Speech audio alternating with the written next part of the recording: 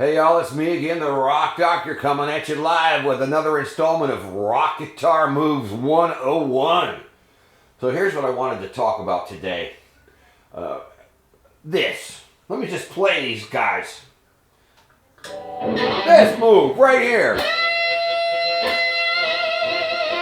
And this one. And this one. Alright, what is that stuff exactly? What the hell is it, right? We hear those moves all the time, those whole step bends there. You'll hear people beginning a solo or a phrase with one of those notes, bend up a whole step, or maybe ending a phrase or a solo with them too. So what the hell's going on, right? Well, take a look. Dry erase board time. Alright, well guess what? Today, I was playing the E pentatonic scale number 1. I call it the home scale. Look. In the 12th position. So the 3 notes that I was highlighting are these red dots. See those red dot guys there? Okay, look at this. On the high string there, on the high E at 15, that's a G note, and when you do the bend, you push the G and it becomes an A. Okay? On the B string, there's a 15th fret as well. That's a D note, and when you push it up, it becomes an E. And then the other guy, the 14th fret of the G string, that's an A note. When you push it up, it becomes a B. So what the hell do you do with this stuff? You can't just randomly throw that bend in there, any of them, and hope it works. It might not. What you need to know, as always, is what chord are you playing over and what notes belong in that chord, okay? With that in mind, let's talk about how I'm going to apply this. I'm using my E minor cycle backing track, which goes through 6 chords in the key of E minor. Today I'm just looping the first 2 chords. I've got 2 measures of E minor, see? And 2 measures of A minor, and I looped that for the purposes of this demonstration. So, when the E minor chord plays, the first time through I'm going to go and I'm going to play the root note of the E minor chord, which is an E. Now listen, if you don't know your theory stuff, that's okay. What you should know, though, is how to find all your notes on the instrument, every single one. If you don't know how to do that, get after it. You'll thank me later. Okay, so back to the which notes belong in a chord. If you look at a cowboy E minor chord, for example, you'll find out, if you know your notes, that the only notes in the chord are E, G, and B. So those 3 notes you can use as bends to play over top of that chord. So let me slide this out of the way, and I'll do that right now. Okay, so in the home scale, E minor pentatonic 12th fret position, let me find an E note. Here we go. Well, I know that the B string 15th fret is a D. If I push it up a whole step, there's my E.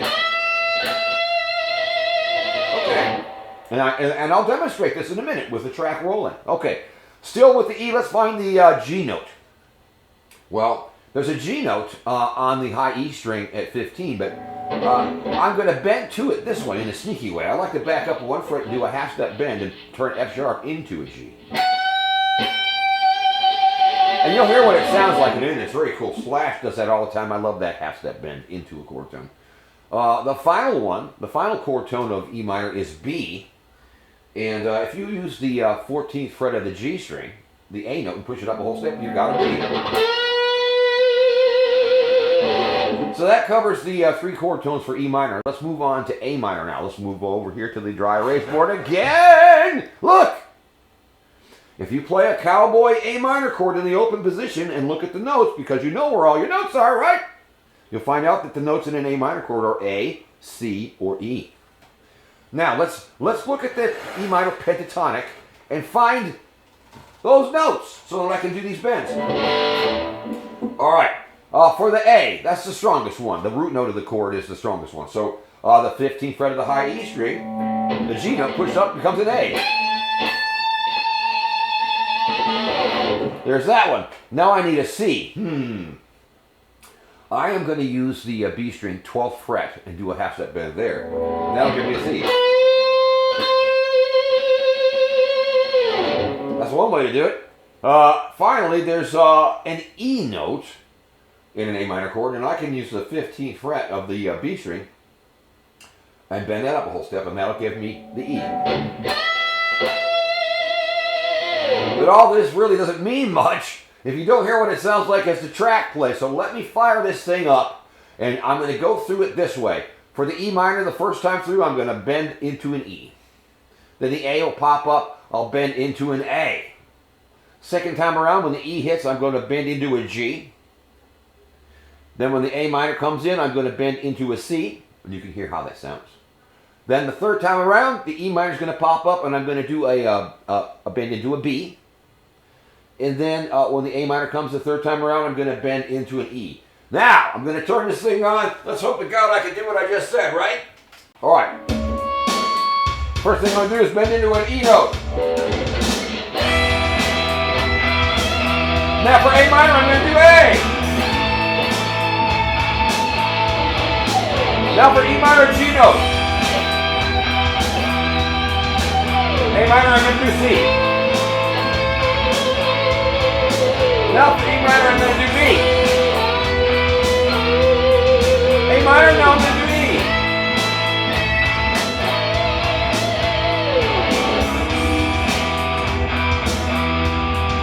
So there you have it. So you can actually turn those bends into a super useful tool, but you know, it's beneficial to you to know how to apply it. And now I've just given all the information to you, so work on it.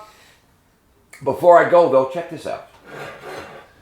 You could apply some of that to every one of these chords as they go by, just by knowing what notes are in the chord. So now let me just wing this. I haven't rehearsed it, I haven't practiced it. I'm going to do the whole thing, and I'm going to play a bend for each one of these chords. As you can see, look, E minor, A minor, D, G, C, and B. I'm just going to do it one time through. Let's see if I can do it without falling on my face. If I do fall on my face, I'm not going to edit it out so you can see that I'm human. All right, now let me fire the track up, and I'm gonna do a whole step bend for every one of those chords, like I said, and that's a lot, but it's not that hard. So I'm just going to use the root notes for each chord, one way or another. Here we go. First is going to be E. Then A for the A minor chord. D for the D chord. G for the G chord. C for the C chord.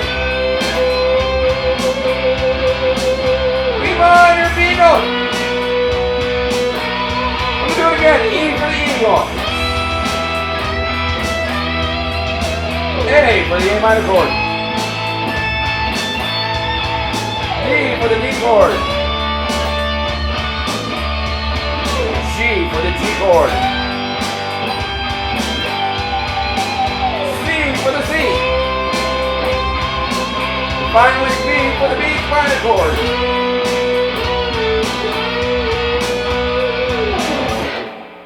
There you have it. So if you know your notes, you know what chords you're playing over, you can use these bends pretty effectively, and that's what this little video was all about. It's not that difficult, but you've got to know some stuff. All right. So it's me, the Rock Doctor. Don't forget to like, share, subscribe. If you were watching the chopped up versions of this video in the shorts section of YouTube, watch the whole damn video, and you'll thank me later. All right, I'm out of here. I love you. Bye.